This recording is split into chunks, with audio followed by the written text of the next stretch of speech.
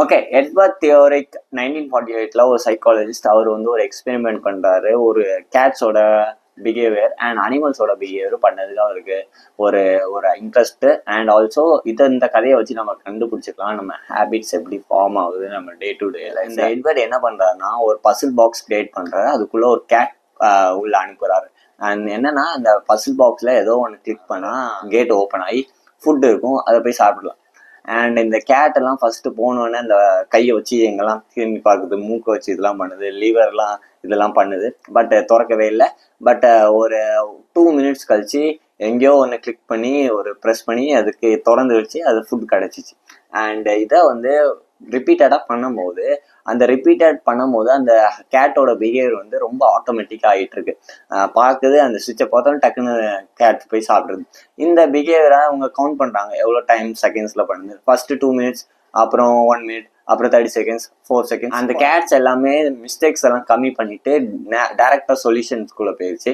நம்ம பிரெயினுமே அப்படிதான். ஒரு பிஹேவியரை நம்ம பண்ண அது ஆட்டோமேட் ஆகி நம்ம வந்து டக்குன்னு அடுத்த சொல்யூஷனுக்கு போயிடுவோம். இப்போ வந்து ரூம்குள்ள வந்து நம்ம வந்து லைட் போடுறது கூட ஒரு ப்ராப்ளம்ல இருந்து ஷூலேஸ் கேட்டுறது கூட ப்ராப்ளம்ல இருந்து சொல்யூஷன் தான். இந்த ஹேபிட் ஃபார்ம் ஆகுறதுக்கு உங்களுக்கு ஒரு 4 steps கொடுக்குறாங்க. இவ என்னலாம்னா கியூ, கிரேவிங், ரெஸ்பான்ஸ், ரிவார்ட். இந்த கியூ என்னன்னா இந்த கியூல நம்ம என்னெல்லாம் பார்க்குறோம், நம்ம என்விரான்மெண்ட்ல என்னெல்லாம் இருக்கு, நம்ம பிரெயின் என்ன பண்ணுமா எங்க ரிவார்ட் கிடைக்குது, எங்க பண்ணா நமக்கு சந்தோஷம் கிடைக்குது, அது மாதிரி எங்க ரிவார்ட் கிடைக்குதோ அதை வந்து பார்த்துக்கிட்டே இருக்குமா, ப்ரெடிக்ட் பண்ணிக்கிட்டே இருக்குமா.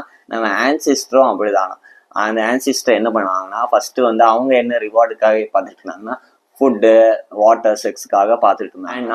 நம்ம தான் என்ன பண்ணிட்டு இருக்கோம்னா ஒரு ரெகக்னேஷனுக்கு, ஒரு ஃப்ரெண்ட்ஷிப்காக, ஒரு லவ்க்காக, ஒரு என்டர்டெயின்மெண்ட்காக நம்மளும் ரிவார்டெல்லாம் ப்ரெடிக்ட் பண்ணிட்டு தான் இருக்கோம்னு இவங்க சொல்கிறாங்க. அண்ட் அந்த பார்த்தோன்னே நம்மளுக்கு ஒரு கிரேவிங்ஸ் வருமா, ஒரு ஒரு ஆசை வருமா, ஒரு மோட்டிவேஷன் அந்த செயலை பண்ணதுக்கு.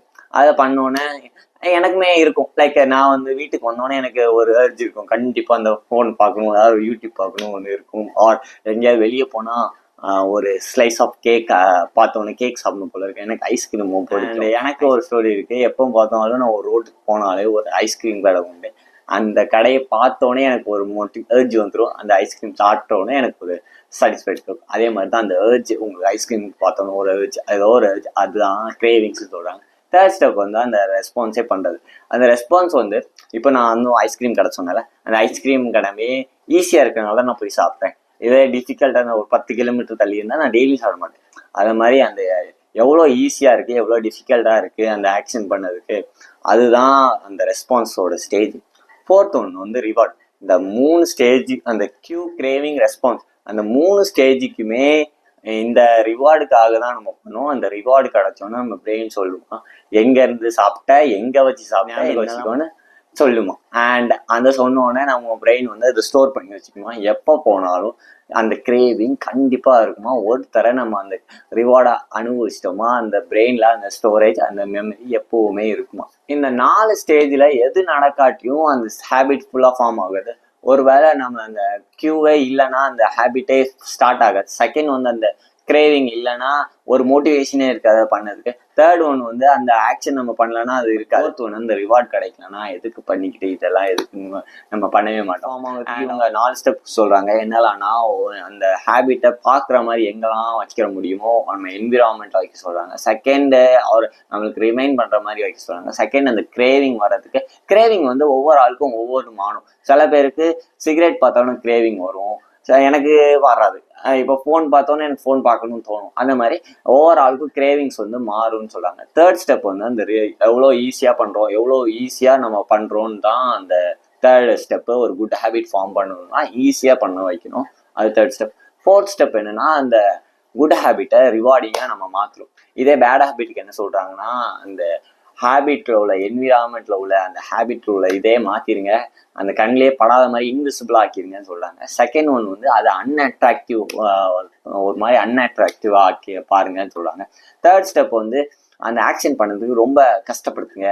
இப்போ நீங்க டிவி பாக்குறீங்கன்னா அந்த ரிமோட் எல்லாம் எப்பவுமே உங்களுக்கு டிவி பார்க்குற ஹேபிட் இருக்குன்னா அந்த ரிமோட் எல்லாம் கலத்தி வச்சுட்டு அடுத்த தடவை டிவி பார்க்கும்போது அந்த ரிமோட் எல்லாம் மாட்டி அந்த இதெல்லாம் மாட்டிட்டு டிவி பாருங்க, அது வந்து டிஃபிகல்ட்டா இருக்கும்னு சொல்றாங்க. ஃபோர்த் வந்து அந்த ஹேபிட்டை அன்சாட்டிஸ்ஃபைட் ஆகுங்க. ஏன்னா ஆல்சோ இவங்க என்ன சொல்றாங்கன்னா கியூவை பார்த்து தான் ஒரு ஹேபிட் ஸ்டார்ட் ஆகணும் இல்லை, ஒரு ட்ரிகரோ அன்கான்சியஸாக நம்ம ஸ்டார்ட் பண்ண ஆரம்பிச்சிடும். ஏன்னா ஏர்லி டேஸில் நம்ம அதை பழகிருப்போம். ஒரு ஹேபிட்டை ஃபஸ்ட்டு மாற்றணும்னா நம்ம பழைய உள்ள ஹேபிட்ஸ் எல்லாம் ஃபஸ்ட்டு நம்மளுக்கு தெரியணும்னு சொல்கிறாங்க. ஏன்னா பழைய ஹேபிட்ஸ் எல்லாம் ஏற்கனவே நம்மளுக்கு ஆட்டோமேட் ஆகிடுச்சு. அது வந்து நம்மளுக்கு அது ரைட்டாக ராங்லாம் கூட நம்ம கேட்க மாட்டோம்னு சொல்கிறாங்க இவங்க. என்னன்னா இப்போ நான் வந்து சில ரீசன்ட் டேஸாக நான் யார் என்ன சொன்னாலுமே பர்சனலாக எடுத்துப்பேன். அது ஒரு என்னன்னு தெரியல, நான் ஒரு ஹேபிட்டாக எடுத்துக்கிட்டேன். அதான் நான் இந்த புக்கை படித்தோன்னு தான் என்னோட ஹேபிட்ஸ் எல்லாம் நான் நோட்டீஸ் பண்ண ஆரம்பித்தேன். இதெல்லாம் நம்ம வந்து என்னெல்லாம் பண்ணுறோன்னு இவங்களும் அதை சொல்கிறாங்க. ஒரு ஹேபிட் வந்து பழைய ஹேபிட்ஸ் எல்லாம் நோட்டீஸ் பண்ணுங்கள், அவேராக இருங்க, என்னெல்லாம் நீங்கள் பண்ணுறீங்க நீங்களே அவேராக இருங்க. அப்போது யாராவது எதை சொன்னாலும் நான் வந்து பர்சனலாக எடுத்துக்கிட்ட ஹேபிட்டை வந்து நான் வந்து நோட்டீஸ் பண்ணேன். நோட்டீஸ் பண்ணோன்னே நோ, இதனாலதான் நம்ம வந்து நிறைய பேர்ட்ட அஃபண்ட் ஆகிறோமோ, எல்லாம் சண்டை போடுறோமோ, நம்ம தான் பர்சனலாக எடுத்துக்கிறோமான்னு இருந்தேன். அண்ட் நிறைய நாமே ஃபோனை கீயை மோஸ்ட்டாக எங்கேயாவது வச்சிருவேன். அது ஏன்னா எனக்கே அன்கான்சியஸாக தெரியாது, எனக்கே கான்சியஸாக தெரியாது நான் எங்கே வைக்கிறேன்னு. அண்ட் மோஸ்ட்டாக ஃபோனு சாவி மோஸ்ட்டாக தொலைச்சிருவேன். அண்ட் இப்போ வந்து அந்த புக்கை படித்தோன்னே எனக்கு தெரியுது நம்ம வந்து அன்கான்சியஸாக தான் இது பண்ணேன். அண்ட் இது எனக்கு தெரிஞ்சோடனே நான் வந்து எல்லாத்தையுமே கரெக்டாக எல்லா பிளேஸ்லையும் என்னெல்லாம் பண்ணுறேன், சாவி எங்கே வைக்கிறேன், புக்கை எங்கே வைக்கிறேன், ஃபோன் எங்கே வைக்கிறேன்னு ஒரு கான்சியஸாக நான் வைக்கிறேன். அண்ட் அதை வந்து ரிப்பீட்டடாக பண்ணும் போது நான் வந்து அந்த ஹேபிட்டை மாற்ற முடியும். அதனால நீங்கள் பழைய ஹேபிட்ஸ் எல்லாம் ஃபர்ஸ்ட் நோட்டீஸ் பண்ண சொல்கிறாங்க. இதுக்கு ஒரு கோட்டுன்னு சொல்கிறாங்க, கார்ல் ஜூன்னு ஒன்று சொல்லியிருக்காரு. நீங்கள் வந்து அன்கான்சியஸை கான்சியஸ் கொண்டு வராமல் இருந்தீங்கன்னா அதை தான் உங்களை விதின்னு சொல்லுவீங்கன்னு சொல்கிறாங்க. அதனால ஃபஸ்ட்டு உங்கள் அன்கான்சியஸான ஹேபிட்ஸ் எல்லாம் ஃபஸ்ட்டு கொண்டு வாங்க, வெளிச்சத்துக்கு கொண்டு வாங்க. உங்களுக்கு நீங்களே கொண்டு வந்து இது ரைட்டு தானா, இது தப்பு தானா ஃபஸ்ட்டு கேட்க சொல்கிறாங்க. இந்த ஆட்டோமேட்டிக் பிஹேவியர் வந்து நீங்கள் நிறைய பீப்புள்ஸ்கிட்ட பார்க்கலாம். இந்த எங்கள் கிளாஸில் நாங்கள் வந்து மார்னிங் ஈவினிங் பேட்ச் இருக்கோம். அப்போ ஈவினிங் பேட்ச் வந்து திடீர்னு மார்னிங் பேட்ச் வந்துச்சுன்னா எப்போவுமே நாங்கள் விஷ் பண்ணிட்டு தான் உள்ளே வருவோம். அப்போ கோச்சுக்கு நாங்கள் சில பேர் குட் ஈவினிங் சொல்லுவாங்க ஈவினிங் பேட்ச். அந்த ஈவினிங் பேட்ச் வந்து ஆட்டோமேட்டிக்காகவே மார்னிங் வந்துட்டாங்கன்னா குட் ஈவினிங் சார்ன்னு சொல்லுவாங்க, மார்னிங் வந்துட்டோம். இப்போ ஒரு ஹேபிட் ஃபார்ம் பண்ணணும், நம்மளுக்கு ஒரு பழைய ஹேபிட்ஸ்லாம் கண்டிப்பாக தெரிஞ்சாகணும். அண்ட் அந்த கண்டுபிடிக்கிறது, அது வெளிச்சத்துக்கு கொண்டு வருது வந்து ஒரு கஷ்டமான விஷயம். ஏன்னா ரொம்ப வருஷமாக நம்ம பண்ணிட்டோம், அது வந்து வெளிச்சத்துக்கு கொண்டு வரது கொஞ்சம் கஷ்டம். பட் என்ன பண்ணுவோம், நம்ம வந்து கான்சியஸாக என்ன பண்ணுறோம் இது இப்படி தான் பண்ணுறோமா அப்படி ஒரு தேர்ட் பர்சன் பார்க்குற மாதிரி நம்ம பண்ணணும்னு இவங்க சொல்கிறாங்க. அன்கான்சியஸான ஹேபிட்ஸை ஃபஸ்ட்டு நோட்டீஸ் பண்ணதுக்கு இவங்க என்ன சொல்கிறாங்கன்னா ஒரு எக்ஸசைஸ் சொல்கிறாங்க, பாயிண்டிங் அண்ட் காலிங். அண்ட் இதை ஒரு ஸ்டோரியாக ஒரு ஜாப்பனீஸ் ரயில்வே ஸ்டேஷனில் 80% ஆஃப் த ஆக்சிடென்ட்ஸ் வந்து இதனால குறையலாம். என்னன்னா அவங்க வந்து வந்தோடனே இந்த ஸ்பீடில் தான் போயிட்டுருக்கு, இந்த சைடு தான் கதவு திறக்குது, நம்ம சென்னை மெட்ரோவில் கூட சொல்லுவாங்க. அண்ட் இந்த ஸ்டேஷன் தான் வரப்போகுது, அண்ட் இவ்வளோ கேப் இருக்குது, இதுக்கும் பார்த்து வெளியே போங்க, அந்த மாதிரி அந்த கதவு மூட போகுது. அந்த மாதிரி இந்த ரயில்வே ஸ்டேஷனில் சொல்கிறனால 85% ஆஃப் த ஆக்சிடென்ட்ஸ் குறையுது. எவ்வளோ வந்து அன்கான்சியஸாக இருக்கோ அது கான்சியஸாக கொண்டு வருது. இதுக்கு ஒரு பாயிண்டிங் அண்ட் காலிங் சொல்கிறாங்க. அண்ட் ஆல்சோ நம்ம அன்கான்சியஸாக கான்சியஸ் கொண்டு வரலன்னா அது வந்து லேக் ஆஃப் பர்ஃபார்மன்ஸை கொண்டு வரலான்னு இவங்க இந்த புக்கில் சொல்கிறாங்க. ஹேபிட்ஸ் எல்லாம் கண்டுபிடிச்சிட்டு இருக்கேன். நான் அடுத்த சீரீஸ் 3rd சீரீஸில் வந்துடுறேன் உங்களை பார்க்குறேன். அது வரைக்கும் பை.